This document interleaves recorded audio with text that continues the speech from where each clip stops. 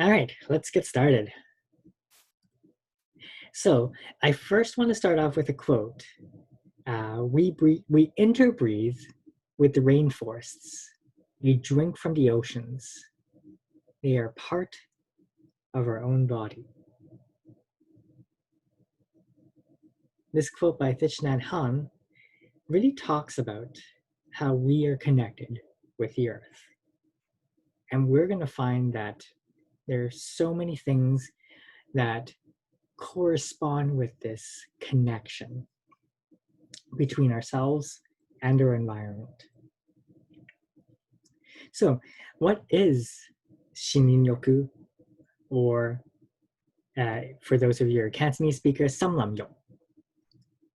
I'm not going to butcher the Mandarin pronunciation.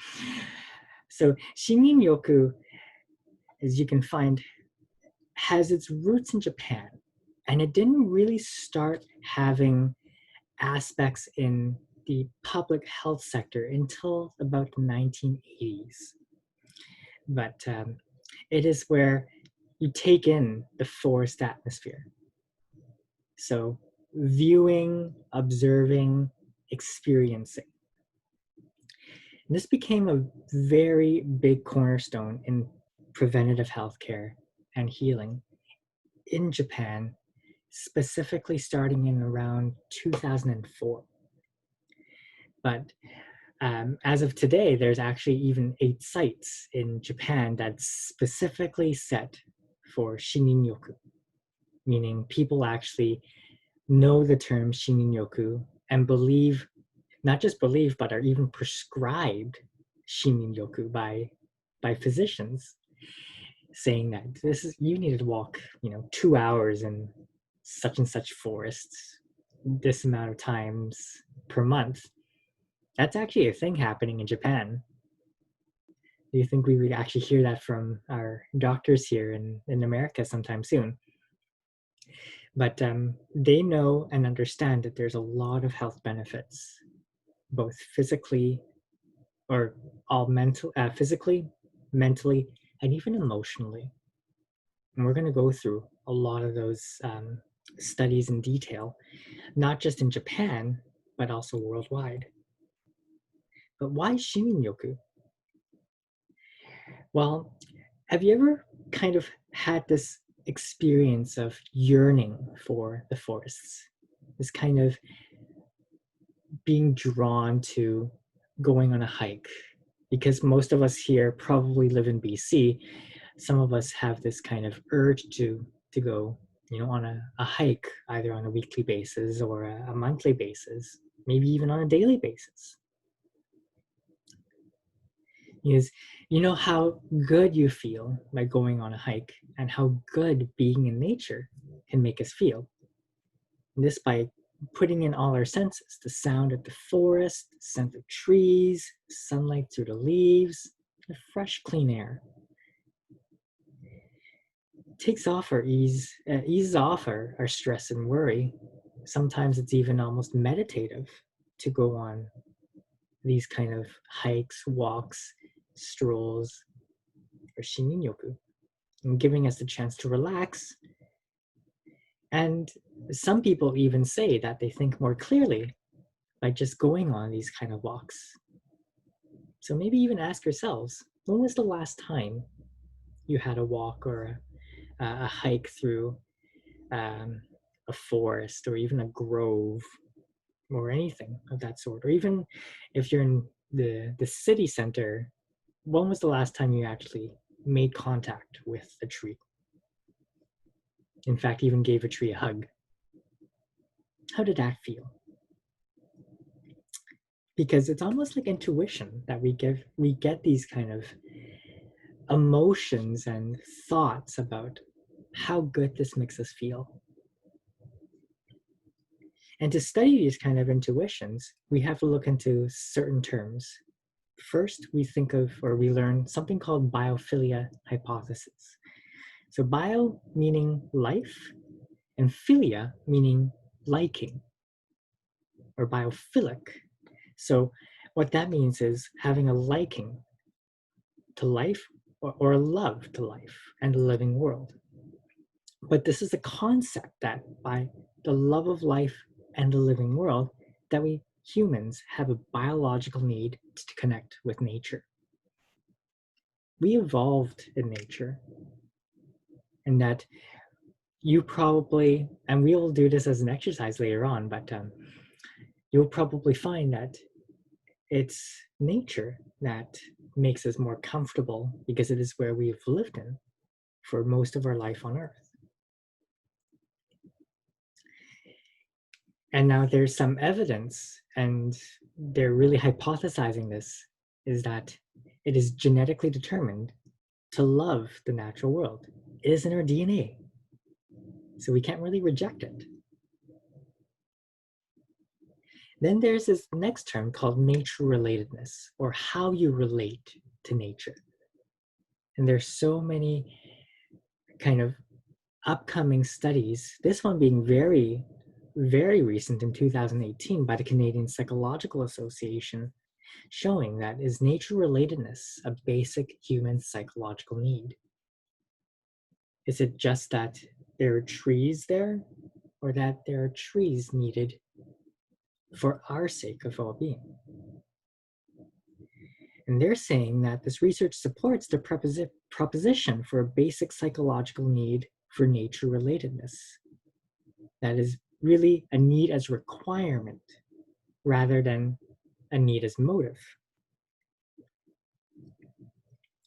In another meta-analysis, so this is a really strong type of research paper compiling all the strong evidence in 2014, showing that contact with nature is very beneficial, leading to improvements in mood, cognition, and health. And that the results show that being connected to nature and feeling happy are in fact connected. So we just brought up nature and health, but now there's nature and happiness. And then when I was going to school in SFU, I think this would have been in the year 2010, 2011, I took a course in education. And the whole course had to do with being a part of nature to actually bring about the greatest amount of learning capabilities. So rather than taking a nap, I was told to hug a tree every time I thought I needed a break from my studies. Maybe that will be a practice I need to start doing again, and I should be reminding that to myself.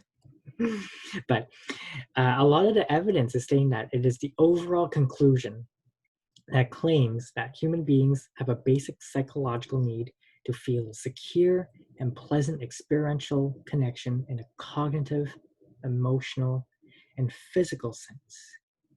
And this connection lies within nature. So how does our body respond when it's within nature? Before we even get into this kind of literature, let's get back into nature relatedness. But the nature relatedness describes the individual level of connectedness with the natural world. So it's like an appreciation and understanding that we must coexist with nature. It's not quite environmentalism, though environmentalism has more activism involved. Nature relatedness is more so kind of like the understanding and the respect for living with as if we're coexisting.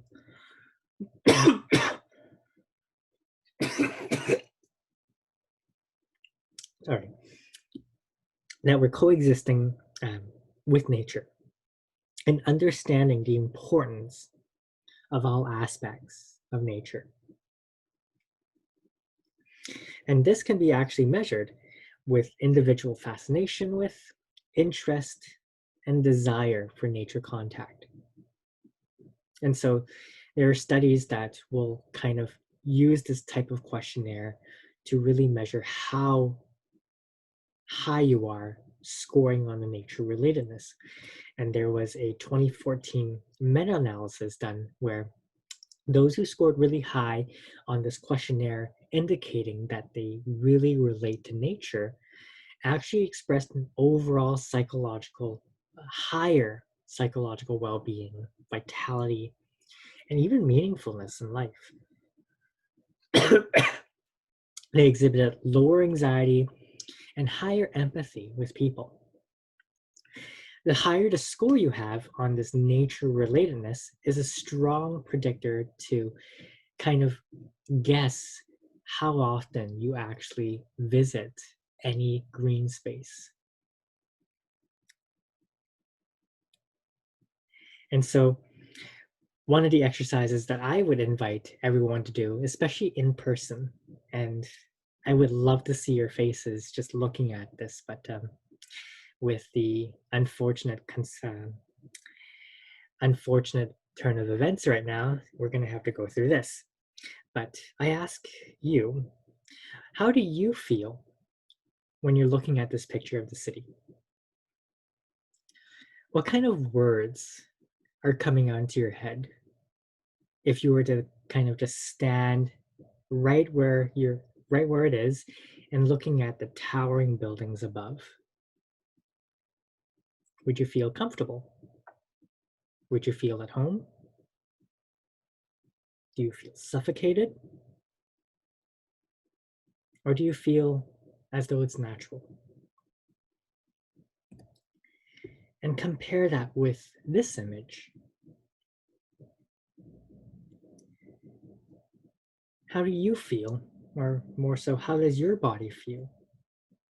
Did you notice by looking at a picture of nature versus a picture of the city that you start to feel any shifts going on in the body, or any areas of the body that starts to feel more burdened, less burdened, and so forth?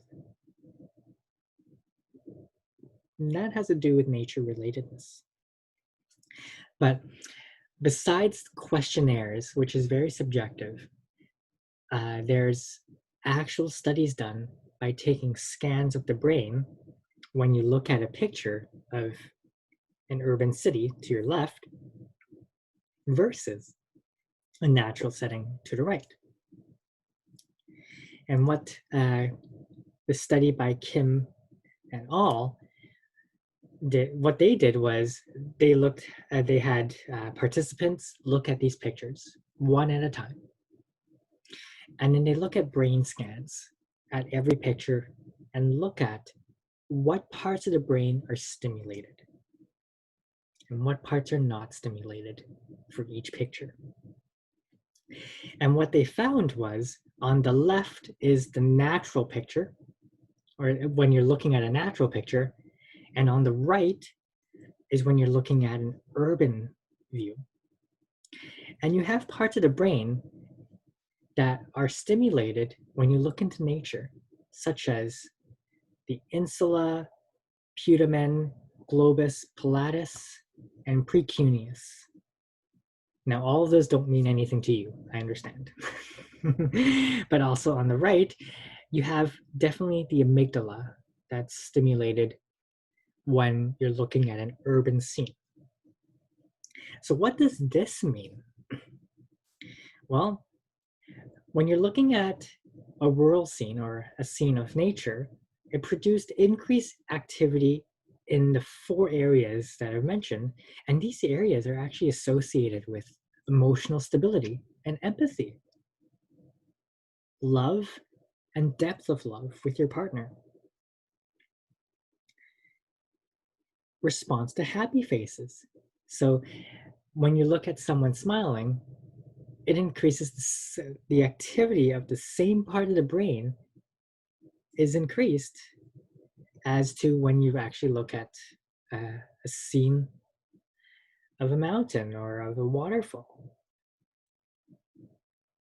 And these are all associated with pleasure and positive memories. Versus when you look at an urban scene, this really increases the amygdala activity. And when we associate amygdala with an emotion, in most cases, it has to do with fear. It's kind of really interesting looking at how our bodies respond to just looking at whether or not it's a city or it's a forest. And looking at that questionnaire that we talked about with nature connectedness and relatedness, looking at the scenery, the natural scenery, 93% of that, of people who answered this questionnaire answered that it was comfortable, and that 4% were accustomed. Versus looking at the scenery, the urban scenic view, well, 50% said accustomed, and the other 50 said suffocating. This is how you answered it. So because we have moments of, because I showed you a picture of a city, I might as well show you a picture of a forest right now so that we're not as suffocating, especially at this time of COVID where we're probably suffocating in our homes. So looking at other stress physiology and nature connections, there are several studies that showed or that tested for looking at these kind of nature scenes and looking at markers of stress. So some of these are blood markers and some of these are brain markers. In this study by Berto, in this study here, they looked at the brain waves and brain activity. And for those who are looking into nature, whether that be staring into a forest or scenery, that their alpha wave activity actually increases.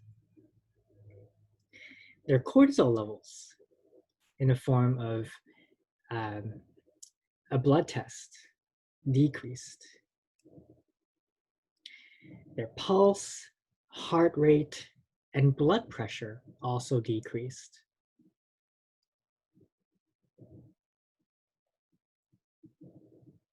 And that their muscular tension also decreased. So that's a lot just by looking at viewing nature scenes. And the thing about brain waves is that the alpha wave is what really shows its most potential about the brain activity. Right now, as you're listening to me speaking and viewing this presentation, you're likely in this awake state at the top here. And that's what we call a beta wave. Whether we're thinking about thoughts, studying, working about, having talked with someone, we're in this awake state. Then when we try to approach sleep, or for those who do practice meditation, this is where we get to the alpha wave. Now it says drowsy here, but I like to say more so calm and meditative. Because people who are more trained in the art of meditation can actually bring their brain state into an alpha and maybe even a theta state, which is your earliest state of sleep.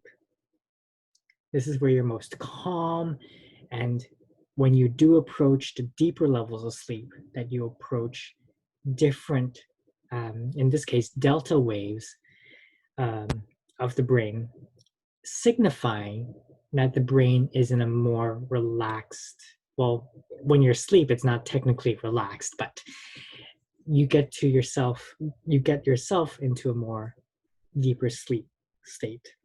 But the idea here is by looking at nature and really feeling the sensations of it, that you get potentially yourself into a meditative alpha wave state. Now they've done studies. Ulrich had done this 11-year study where he gathered adults who'd gone through the same surgery, and that's just to remove the gallbladder, and observed them in the hospital as they're recovering post-surgery.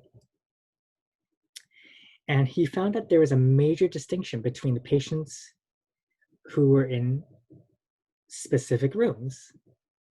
And so he counted that in terms of the recovery time, as well as other things too. But there were two specific rooms. One type of room had a window that showed a forest, whereas the other window, or the other rooms, the windows had a different appearance, or that they had no window at all. So it was a brick wall. So imagine if you had to go through surgery and then you were reeled into a room for you to recover for a day or two. How would you feel if you were lying in bed with a view like this versus lying in a bed like this? What Ulrich observed was that with the outdoor view of the trees, that the patient actually stayed less, i.e. they were able to recover faster. They had less post-surgical complaints, whether that be pain or in need of pain medication, less potent analgesics, and here's my favorite point, lower amount of negative comments placed in the chart by nurses. Patients post-surgically after tend to complain about pain. And it's the charts of those that had the window of the view that had less amount of charting regarding the amount of negative comments and complaints charted by nurses. It's kind of funny and interesting. So that being said, I give to you another picture of nature so that you're not complaining about me and how long I'm taking to do this presentation.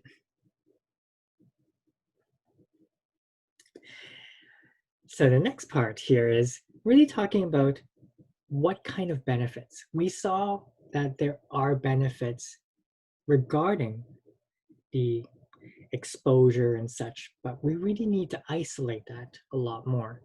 So looking at the benefits then, what kind of benefits do we get from Shinrin-yoku? And the bottom line is, I could bring all the studies I want, but we have quite a bit here.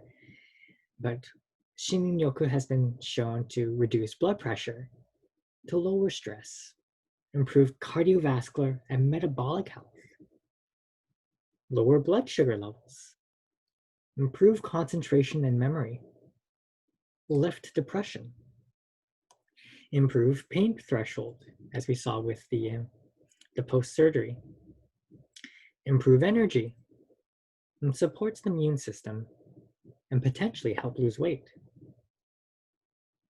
So looking at scenery like this can actually contribute to all of that. That's almost like a miracle treatment or a miracle drug. But it has to do with the fact that it's mitigating the root cause of a multitude of chronic conditions, and that has to do with stress. Because excess stress can play a role in headaches, blood pressure, cardiovascular disease, diabetes, skin conditions, asthma, arthritis, etc., and so forth. At forced bathing, Shinrin-yoku has what we call increased parasympathetic. Now, our bodies have an autonomic nervous system, and the two branches that come off that are sympathetic, which is our fight or flight response. This is where whenever we get into a stressful moment or a threat, that our bodies prime us into the sympathetic system so that we get to either fight this threat or to flee. And right now, theoretically, a lot of us are in the sympathetic mode because we're always under this moment of stress, whether that be work stress, school, relationships, environmental, financial, and so forth. And you might think, well, it's in my mind, but I don't feel stressed. Some people can feel really stressed about their financials, and some people could be like, well, it's just work. But regardless, that sends the same signal in the body, and the body perceives that to be a threat and will turn on the sympathetic system. When it turns on the sympathetic system, it'll turn off the parasympathetic, which is our rest, digest, and rejuvenate. So the more we put ourselves in the stress sympathetic system or sympathetic tone, that we give ourselves less time to rest, digest, and recover. And it's not just when we're sleeping that we recover. Chances are, if you're stressed throughout the day, that can actually bring into your sleep too. And that leads to, we can look into this through cortisol testing, but if your cortisol levels are high in the body when you're sleeping, well, you're not going to be able to recover without being able to turn on the parasympathetic. And so forest bathing really catalyzes this increased parasympathetic nervous system activity, prompting rest, conserving energy, slowing down the heart rate, and it also allows for you to digest. If you're not digesting well, you're not going to be able to absorb nutrients well. So think of the time where you're rushing your lunch or your dinner. You may be getting food, but is that food effectively getting to be broken down into the nutrients that we need for each cell? Lowering cortisol is also a signal that the body's stress response system is also being triggered less, thus giving our bodies a greater amount of time to put ourselves in parasympathetic.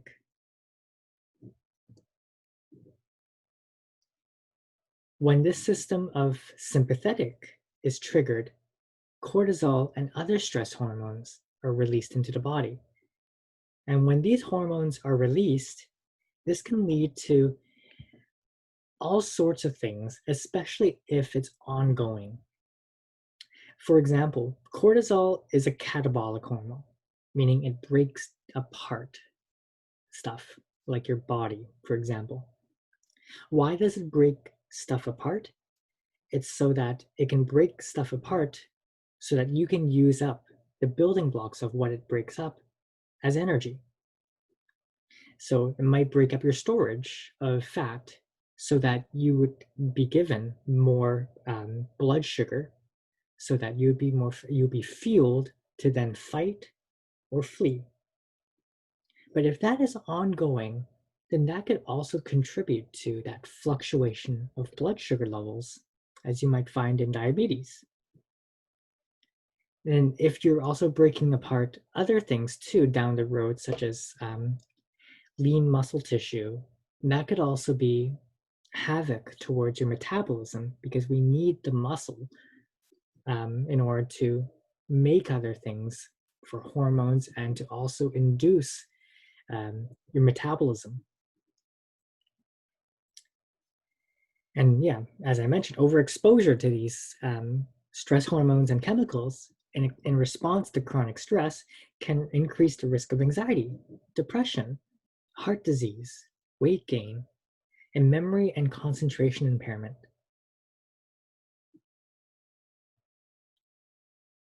So looking at that,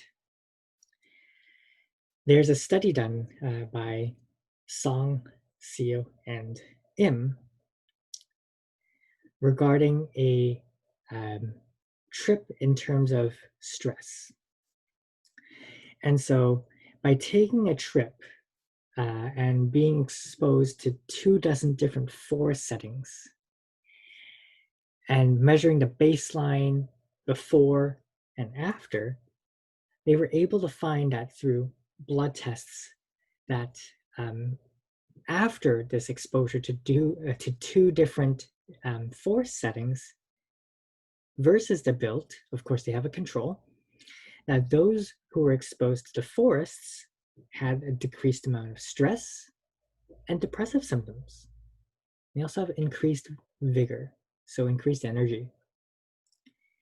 Not only were they able to see that visually, but they were also able to see that objectively through blood tests.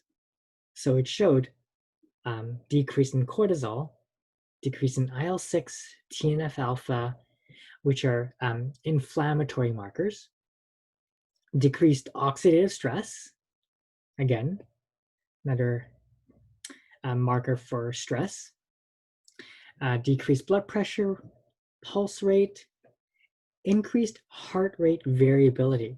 Now, this is a really growing field of science right now, and that the more variable your heart rate is, the more healthier you actually are, and the more resilient your body really is. And you can actually measure your heart rate variability through a lot of technology that's out there. One of them being something called the Aura Ring. It's kind of like a Fitbit, but it's a ring form, and it can measure your not just your blood pressure, heart rate variability, but other aspects, including sleep. It decreased something called macrophage-derived chemokine and increased natural killer cell activity. So this has to do with the immune system, and that your immune system is being primed with the exposure of nature. So I just indicated here that a decrease in macrophage-derived chemokine, or CCL22, is implicated in chronic inflammation, cardiovascular disease, and also neuroinflammation, so inflammation of the brain. So having that decreased, it says a lot. There's another study done where you have patients with moderate to severe depression that were randomly assigned to two different types of walks, whether that be through an arboretum or forest versus the downtown streets. But before they even get to walking this 15-minute walk, they were instructed to think about a negative experience prior to the walk. So that primes rumination. And the idea here is, are they continuing to think about or ruminate that negative experience? But in the post-walk, for those who walk through the arboretum, that they showed significant improvement in working memory capacity and also positive effect, reduced rumination, and decreased anxiety. And this study was replicated by several researchers, including Bratman. So the next time you think about if you have something going on that's really bothering you or putting you in a bad mood, maybe going on a walk through, a grove or through some trees could be quite beneficial and healing.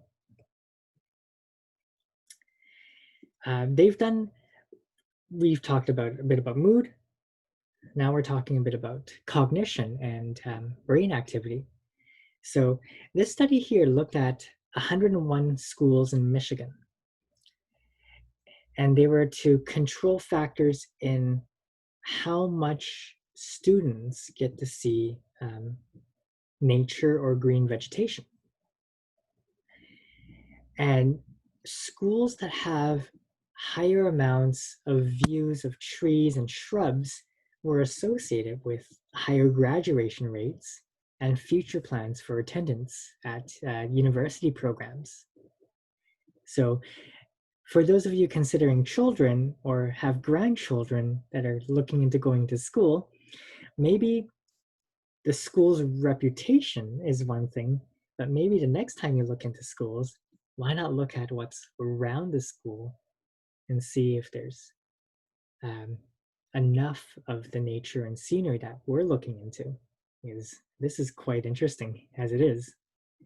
Maybe that's also why there are not just high schools, but universities out there that really show the academic excellence, and by all means through nature.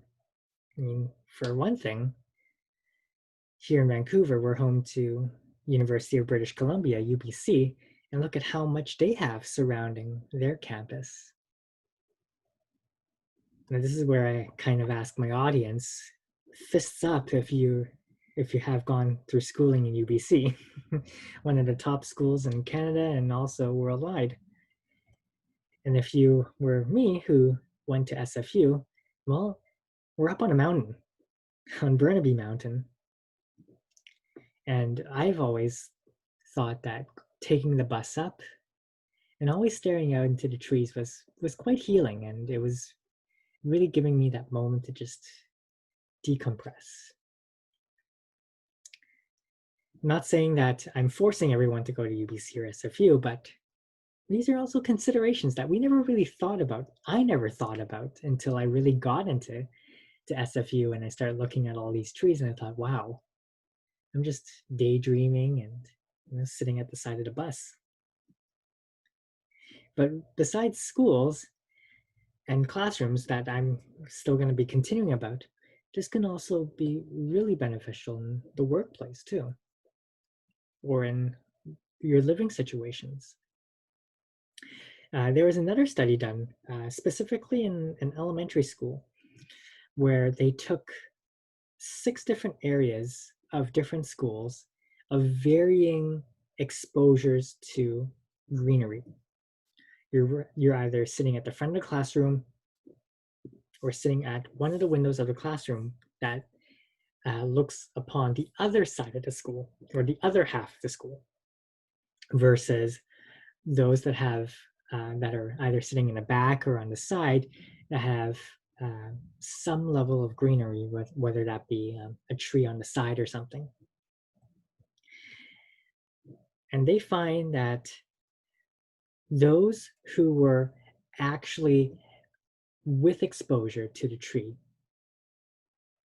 actually did a lot better in standardized tests.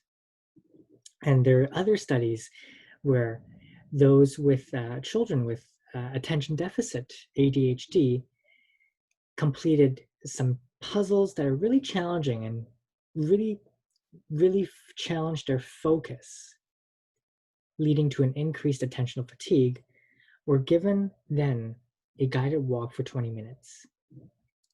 And this walk either consisted of in a vegetation-rich urban park, downtown, or a neighborhood. And they found that children who went on this 20-minute walk through greenery, their attention and executive functioning was actually improved. And not just improved, but improved in the same level as giving them a dose of methylphenidate, which is Ritalin. And that's the medication for those who have attention deficit. So is it really a lack of medication or a lack of nature? So of course, we live in cities, or a lot of us are living in cities, and it's really hard to even get access to a forest. I mean, here in Richmond, we have a good amount of greenery, but we have Mineral Park, we have the nature park, and a couple other small ones, but we're not really close to all the hikes and trails up north in North Vancouver and Coquitlam and all such that. So we have to look into green space. And there are studies looking into community health, and they were trying to find correlations between neighborhoods where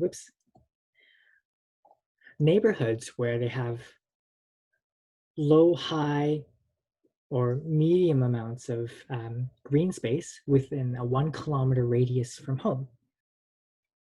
And those areas with less than 10% of green space within 1 kilometer had a 25% greater risk of depression and a 30% greater risk of anxiety disorders versus those at the upper end of green space near their home. So if you ever do consider looking into moving homes, maybe finding out how much green space is nearby could also be a big benefit to not just your own health, but your family's health too. And there are actually some studies, I don't know if I put it in here. Let me see. More green space is related to less antidepressant prescription rates in the Netherlands.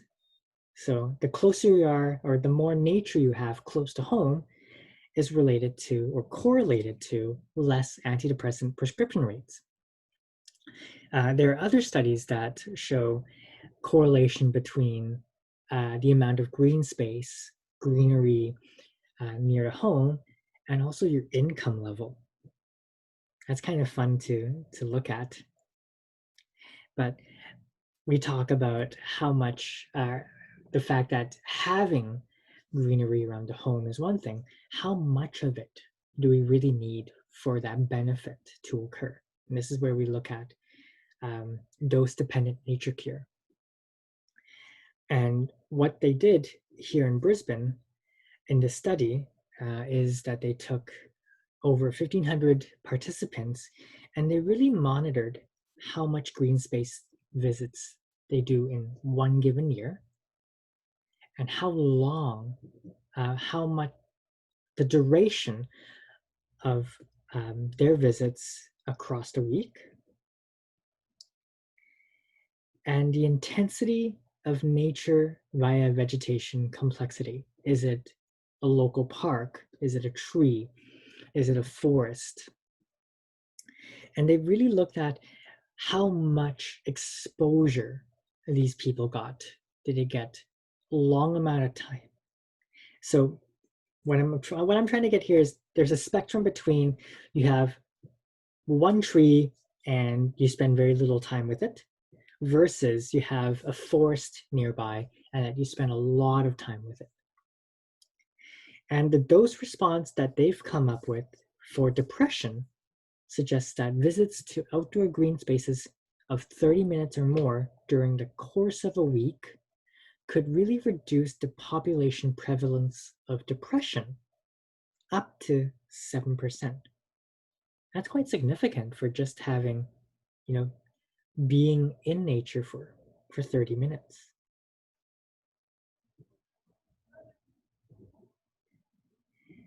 We talk about depression. There's also studies done for exposure to green space and sleep. And we talked a lot about sleep, but we barely even touched anything on nature, connectedness, and relatedness and sleep. But there's this one famous study in Japan, though unfortunately quite small, 12 middle-aged office workers, but they were given an opportunity to go on a kind of like a retreat. And during this retreat, they took 2-hour walks in the morning and in the afternoon at different forests so that you do not adapt to it. And each one was roughly 2.5 kilometers. And this was I believe it was a 2-night, 3-day kind of thing.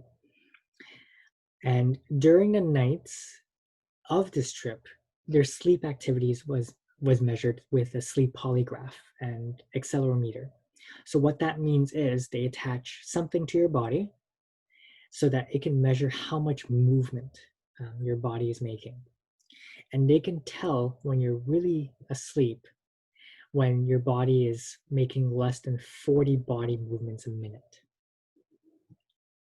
And what they found is that before, so taking the baseline, before the forest bathing trip, the men had on average a sleep time of about 383 minutes. So that's about a bit less than 6.5 hours.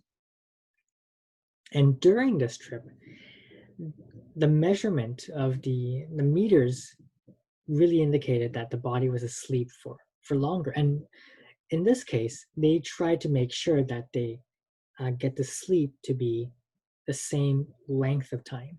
So I think they were trying to aim for about 8 hours, eight and a half, maybe 9 hours. I forgot. I need to look into the study again. But each person had the same amount of sleep. It's just a matter of how efficient that sleep was. So during this trip, this amount of sleep or sleepness rose to 452 minutes or 7.5 hours. So that's quite significant. More than an hour's more of better rest. And then after the trip, the night after the trip, this was brought down a bit to 410 minutes, but that's still about almost half an hour longer than before the forest bathing trip. So there's a significant sleep time as the men who were getting exposure to Shinrinyoku had increased significant sleep time and likely sleep effectiveness. Then there's a natural immune response where they took participants into the forest and they measured their natural killing cell activity. So this is your innate immune system. And you can measure how much of your white blood cells are active and are present. You've probably have done that with a blood test where you look at your blood test and you see on there something called neutrophils, monocytes, lymphocytes, etc. Those are all aspects of our immune system. And they find that those who go through the forests have an increased response, and thus it actually helps supports that kind of immune system. And this effect, this is surprising, this effect lasted for as long as 30 days. It's crazy. So why don't we just take a moment here and just take in the scenery here and really think about that we've just went over how nature can really help with our cognition, our mood, and our sleep.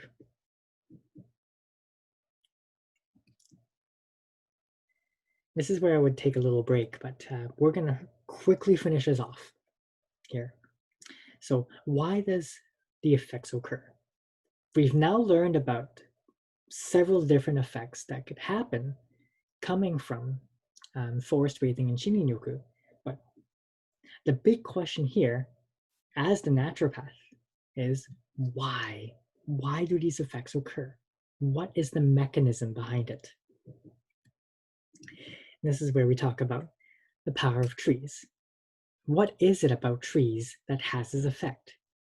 How do trees really do this?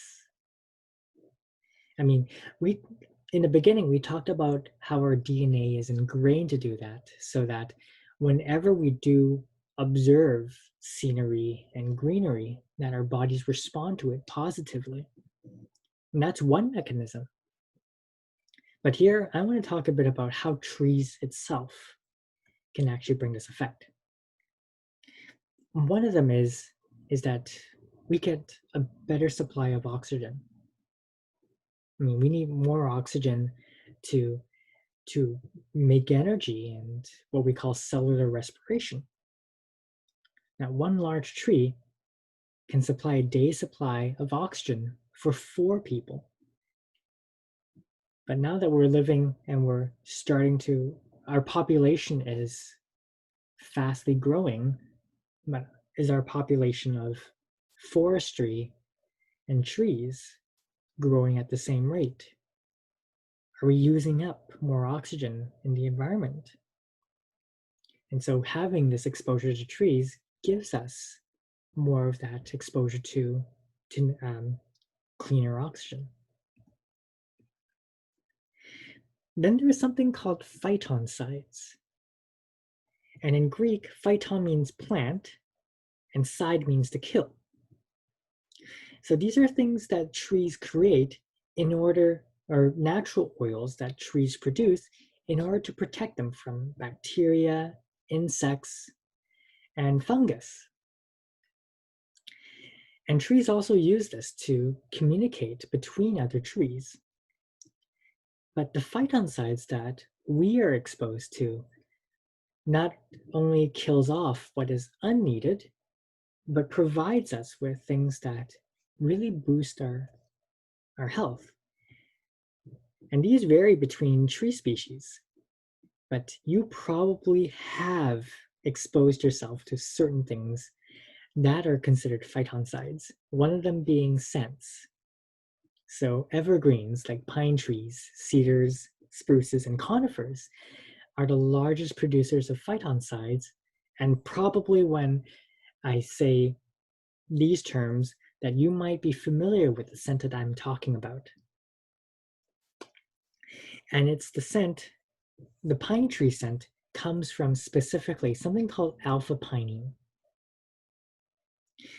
But other oils that trees produce include D-limonene, beta pinene, and camphene. And these all have been found to have benefits in our health. And specifically, alpha pinene has that distinct scent and has provided us with different benefits, including anti-inflammatory benefits. So it actually helps reduce inflammation. Being a naturopath, I do understand D-limonene, and D-limonene is also used for cases typically to do with acid reflux and GERD, but many other things as well. There are also microbes in trees, especially in the soil when we walk in the forest or in dirt. And that's been shown to make us feel happier. And scientists have been able to isolate that it's something called Mycobacterium vaccae or vaccae. So this conjures a picture of, you know, kids laughing and spilling all the dirt and the mud around them. And they're happy for a reason, and that's likely to do with this microbacterium. And they did isolate this vaccae and injected it in mice. And once they were injected, the mice behaved as though they were on antidepressants. It's kind of interesting. So those were a couple things that are the biological components of what really contributes to Shinrinyoku. So the last question here is, how do we go about doing Shinrinyoku? Especially for those who are not familiar with how to go about, is it really that you have to go into a forest? Do I have to go all the way to Cyprus, for example? But you can forest bathe anywhere in the world, wherever there are trees. And there are places such as in urban areas where you don't really get much access to trees, but there are some tips that get yourself to really incorporate and optimize the experience. One, leave behind your phone, camera, music, and other distractions. This gives your body a chance to really emphasize the use of your senses. So, you know, touching the tree, listening to the whistle of the leaves, view the leaves itself or the sun that's shining through the leaves. So for smell, I don't know about taste, but I heard that there are some people who will really lick all of these trees, whether that be because of honey or something. Leave behind your expectations. The idea here is, even though it almost sounds like a miracle drug, that it is a lifestyle, and that if you expect these things to happen, that chances are you might not be able to experience it. And slow down. Forget about the time. Come into the present moment. This is where you want to also focus on your breath. Again, notice what you can hear and see. Notice what you feel.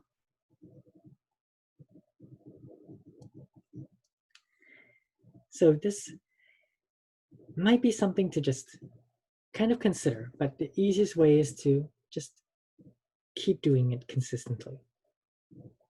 Find a time that is comfortable with you and for a duration too.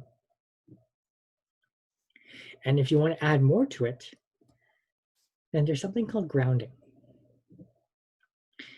With the built environment, especially with concrete, asphalt, the use of shoes, etc., we lost our connection with the earth. And it's having that direct connection, so going barefoot, gives us that reconnection again. But we actually needed this connection in the first place. And it's because the core of the earth has this electrical charge that sends electrons to really quench a lot of the oxidative stress and active, what am I thinking? Unpaired electrons and such. That is the basis of oxidative stress that then leads to damage and aging, potentially and theoretically. So by getting barefoot, especially even after the rain, and I find it to be the most nicest after the rain because the grass is damp and that allows for a better electrical connection with the earth. Now you quench those unpaired electrons, and it can actually really benefit a lot to do with pain, with inflammation, and even with sleep.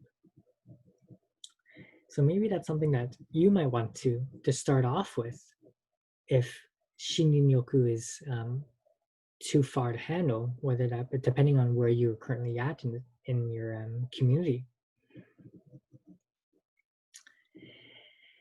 So to summarize here, Shinrin-yoku is the Japanese art of taking in the forest atmosphere.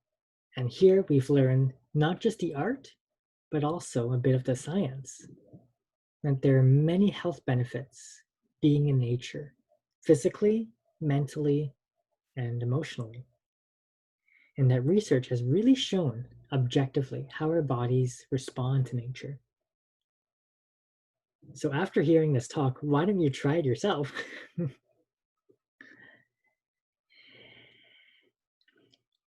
So to conclude, if you really, really liked what you've heard and what you've seen, that I invite you to give my Facebook a like, subscribe to my YouTube. This video will be posted on YouTube, and even follow me on Instagram for more information and health tips about naturopathic medicine and what I do as a naturopathic doctor. If you'd like to contact me with any questions in regards to some of the content, you're more than welcome to shoot me an email at contact@drromifungnd.com or look at more information through my website at www.drromifungnd.com. There I will